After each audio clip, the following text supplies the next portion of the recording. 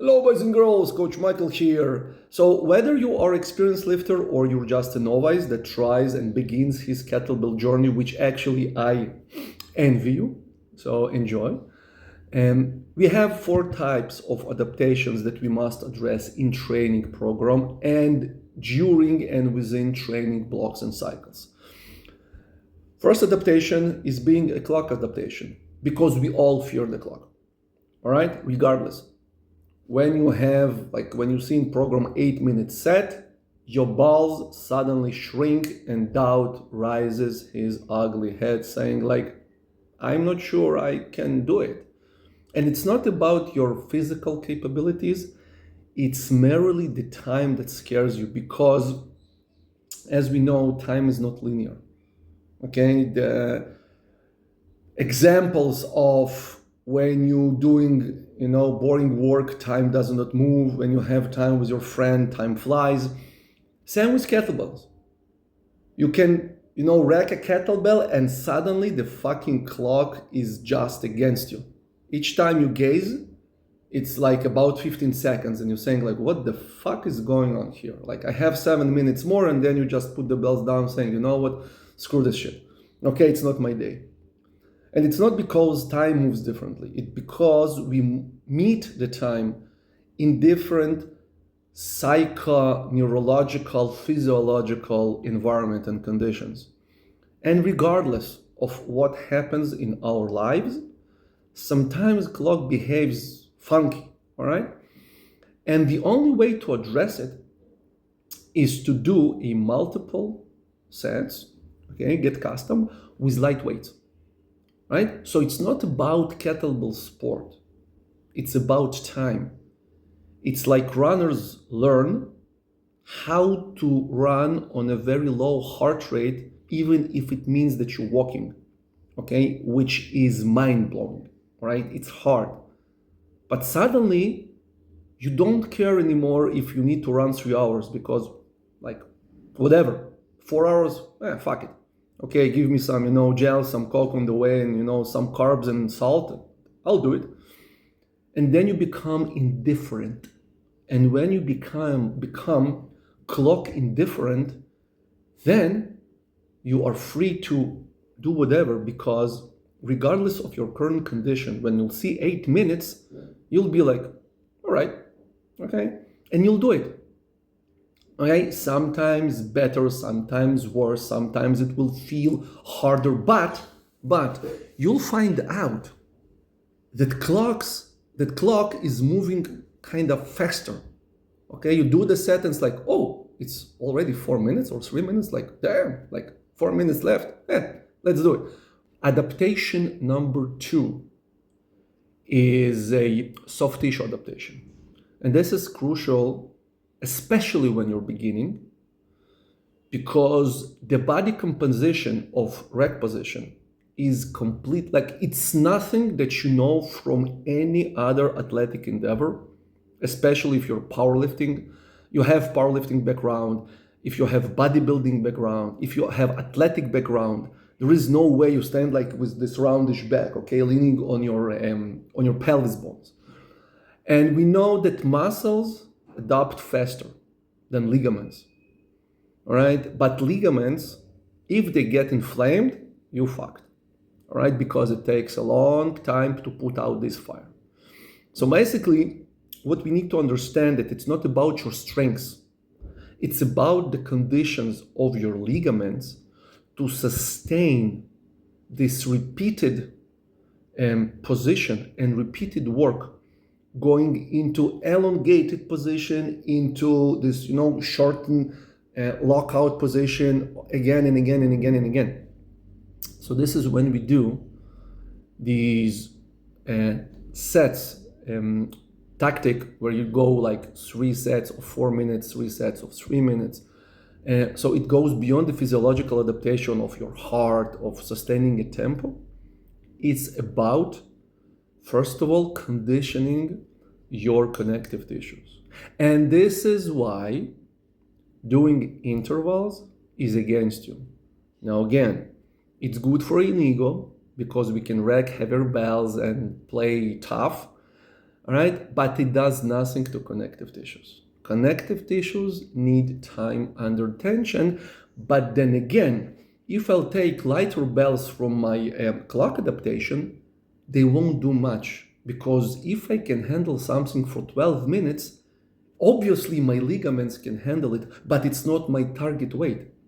Because if I want to compete with double 24s and I'm taking 16s or 12 for 15-minute set, it's not the same.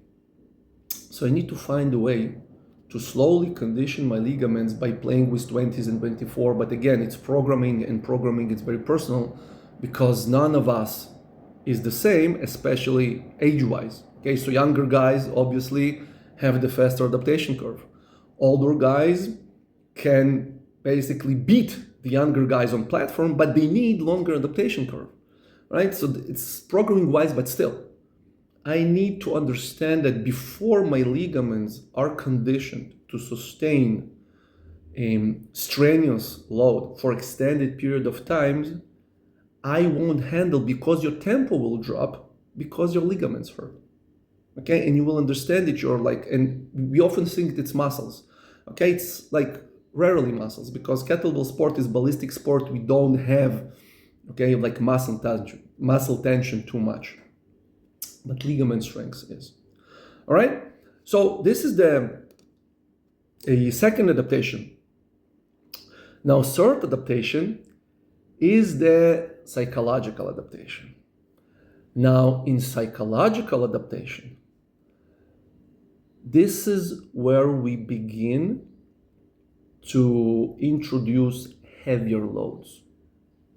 And this is when we begin to play, like doing fartlek sessions within, like, so I'm doing 4-minute set, and minute 1 12 rpm, minute 2 15 rpm, minute 3 8 rpm, minute 4 rpm, whatever.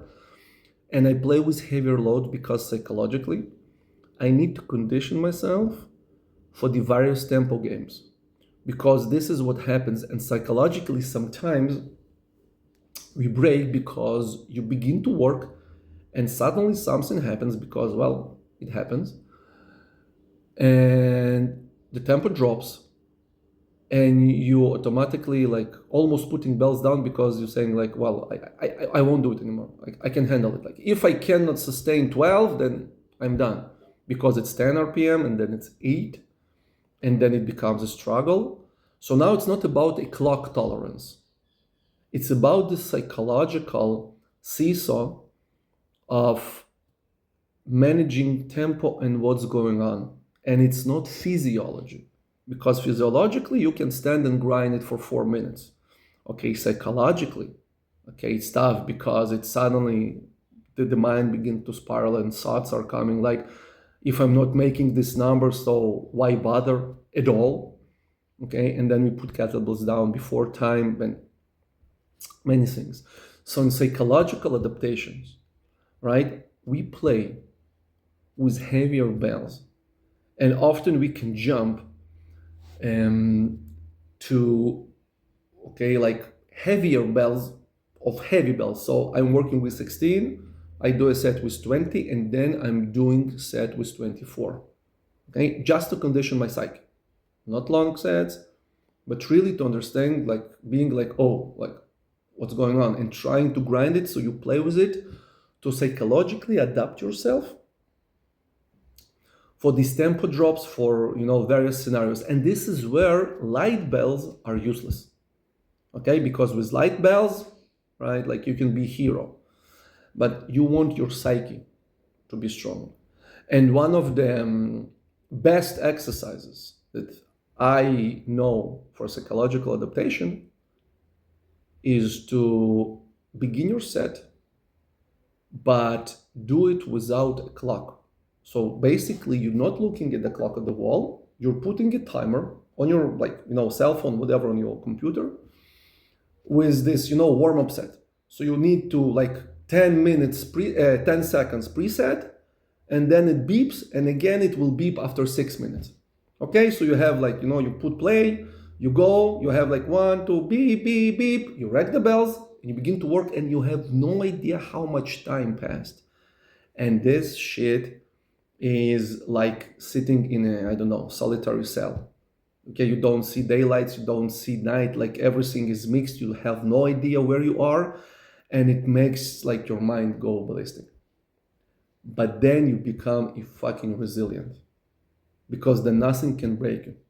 Okay, you just get this mindset of like, I'll stop when the clock will ring, and the clock will ring.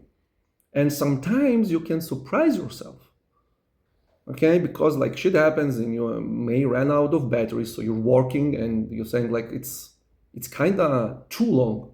So you put the bells down and you're like, oh shit, I've put, I don't know, like instead of 8, I made a mistake and it become, I don't know, 11 minutes, or I get a message and my timer stopped. So apparently I worked like, 2 minutes before, like above. And then, like with clock tolerance, your psychology becomes like, all right, like whatever, dude.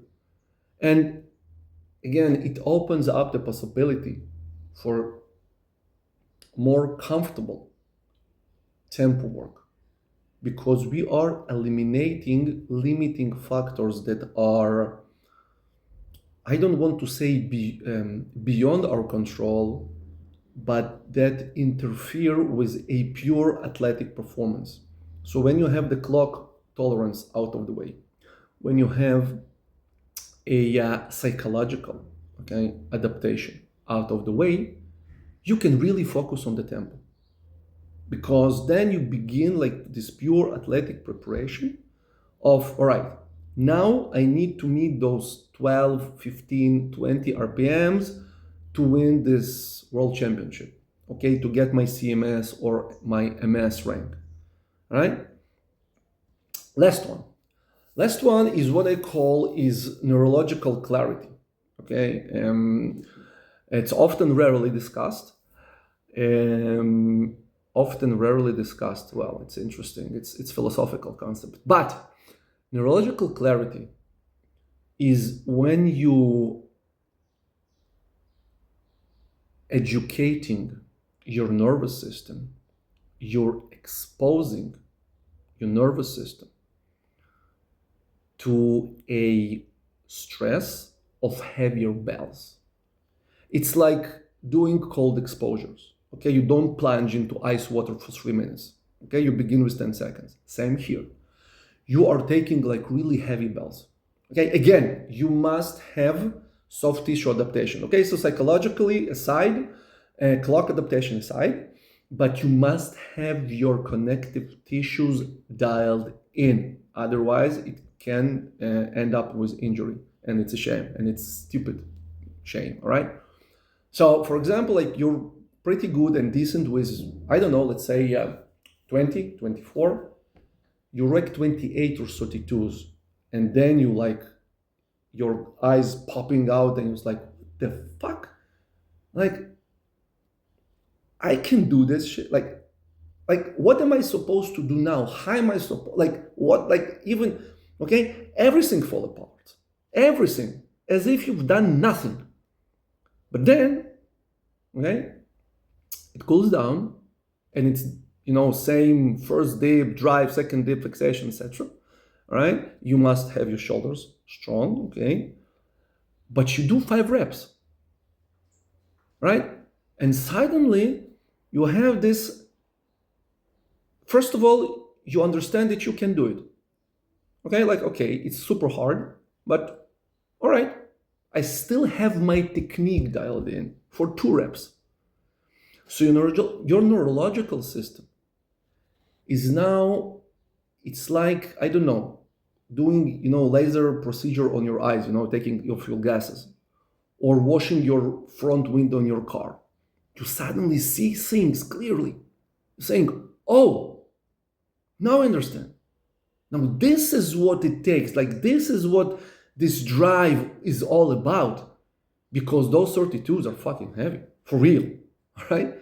And then you roll back to your 20 kilos, 24, and it's not that they're flying, okay? Don't become cocky after 5 reps with 32s, you will do 10 minutes with 24s, you won't. But your neurological education, okay, muscle memory of this snapping will sustain, and slowly by going back and forth, and again, it's supposed to be programmed wisely, okay, not to overload yourself.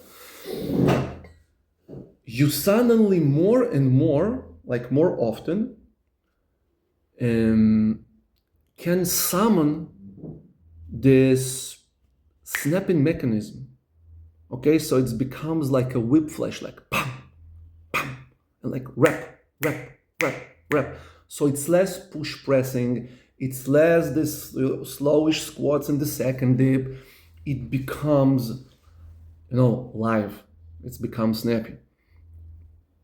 So by going back and forth, and it goes like spices. Okay, if you put too much spices, you have ruined a good deal, a good meal, right? Good food. So in program, it's like sparkle, but when it does, and it's coherent with your overall process, like your journey to whatever, it will create great conditioning and it will create results. Otherwise, it's just for, Instagram post of like, look at me doing 5 reps with 32s, like whatever. Okay, so these are 4 types of adaptations. And again, it is programming wise because programming is personal. It's personal because it's the age, it's life work balance, it's about the time that you have, right? It's about your overall tolerance and injury history. Like, there are many things that must be taken into consideration. But these 4 adaptations must be addressed, and they never go away. Okay, so they always, go with you, and they vary through your training process. So obviously clock tolerance will go out first. Okay, after quite some time you just don't care about it, right? Psychological adaptation also, and you will remain with these 2. Okay, and you play with them in and out, and slowly perfecting your craft. All right, and taking you to the next level, getting to whatever journey and goal you want to achieve. So with this being said, thank you for listening. Goodbye, have a beautiful weekend and time of the day. And again, as always, I'll be disturbing your feed in the future somewhere soon. Take care.